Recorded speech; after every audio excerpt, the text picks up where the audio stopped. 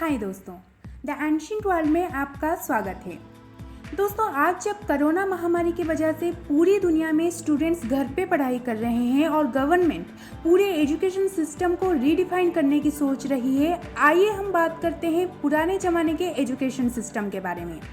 कैसे होती थी तब पढ़ाई और कैसे होते थे तब के स्कूल, कॉलेजेस और यूनिवर्सिटीज़।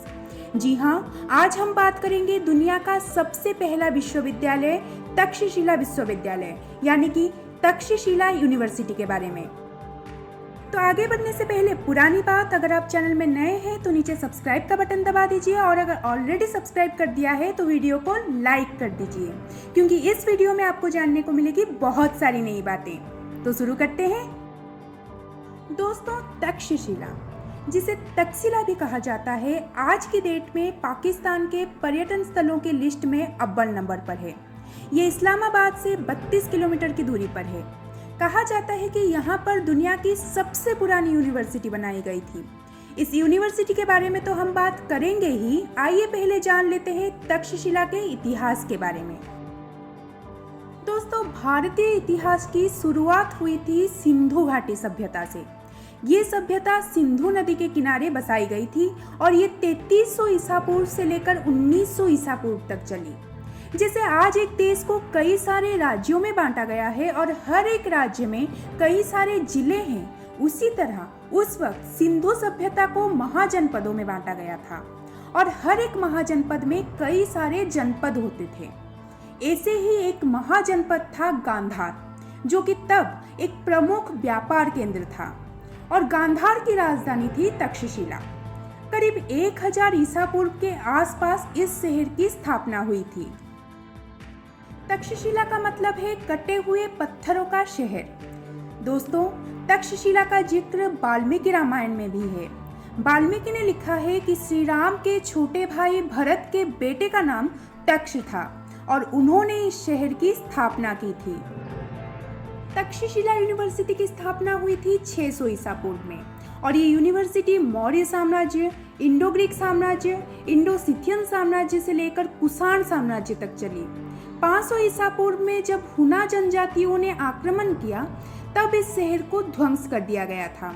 जब 1947 में भारत का विभाजन हो गया तब तक्षशिला पाकिस्तान का हिस्सा बन गई।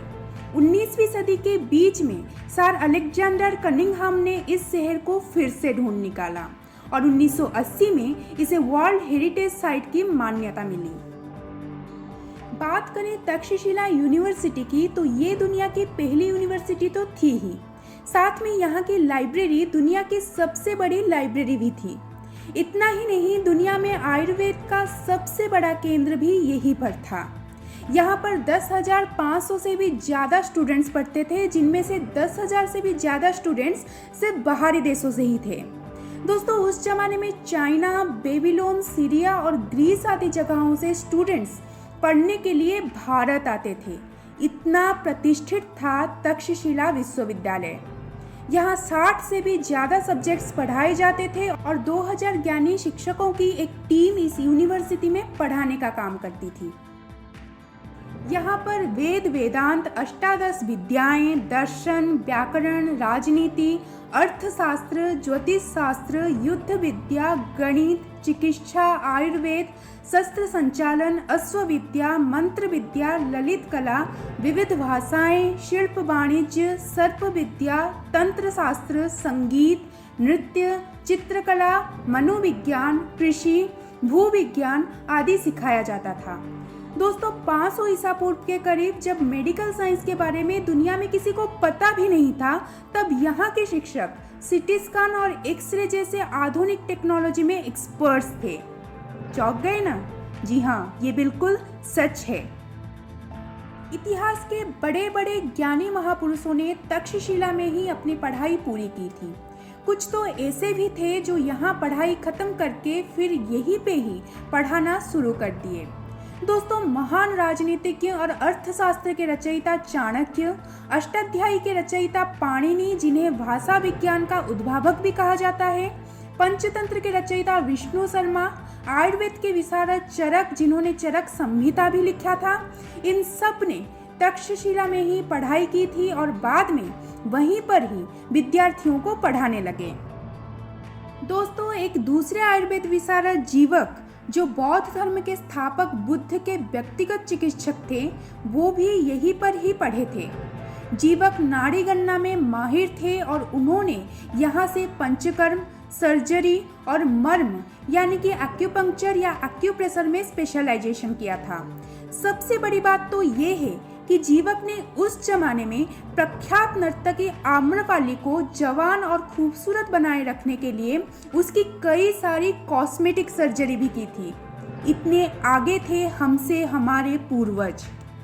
जीवक ने तो तब फिलारियासिस का इलाज भी ढूंढ लिया था। कौशल राज्य के राजा प्रसन्नजित ने भी यहीं से ही अपनी पढ़ाई पूरी की थी।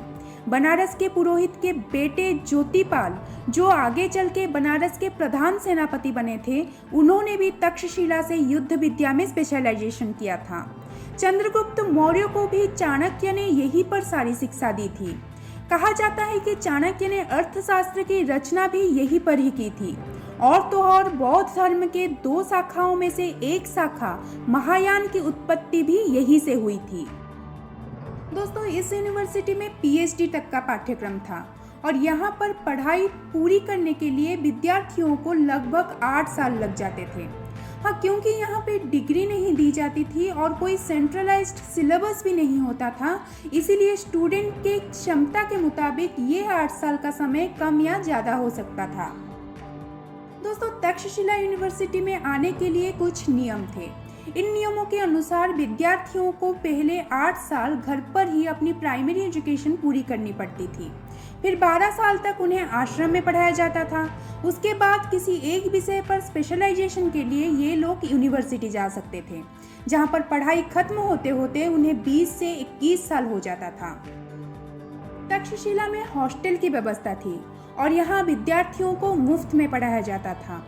जिन राजाओं और अमीर व्यापारियों के बच्चे यहाँ पर पढ़ते थे, वो लोग इस यूनिवर्सिटी का सारा खर्चा उठाते थे। यहाँ अमीर स्टूडेंट को दिन में पढ़ाया जाता था और गरीब स्टूडेंट्स की पढ़ाई रात में होती थी। क्योंकि यहाँ पर कोई सिलेबस नहीं था, इसीलिए ये पूरी तरह गुरु पर निर्भर था कि वो किस विद्यार्थी को कितना सिखाएंगे। एक गुरु के पास 100 से भी ज़्यादा स्टूडेंट्स हो सकते थे। पढ़ाई खत्म होने के बाद हर विद्यार्थी को अपने गुरु को गुरु दक्षिणा देनी पड़ती थी। तब दक्षिणा में गुरुओं को चप्पल, छाता और पगड़ी देने का रिवाज था। जो लोग कुछ नहीं दे पाते थे, वो गुरु की सेवा करके अपनी दक्षिणा देते थे। तो दोस्तों, ये थी दुनिया की सबसे पुरानी यूनिवर्सिटी की पूरी व्यवस्था। कैसा लगा आपको? हमें कमेंट सेक्शन में बताइए। अगर आप चाहते हैं कि हम नालंदा यूनिवर्सिटी पर भी एक वीडियो बनाएं, तो इस वीडियो पर आपकी लाइक आ जानी चाहिए। और सब्सक्राइब तो कर ही दिया होगा आपने, नहीं किया है तो कर दीजिए। और सब्सक्राइब करते समय घंटी भी बजा दीजिए, ताकि जब भी हम ऑनलाइन आए आपको नोटिफिकेशन मिल जाए। तो देखने के लिए शुक्रिया। मिलते हैं फिर एक नए वीडियो के साथ, तब तक के लिए टेक केयर।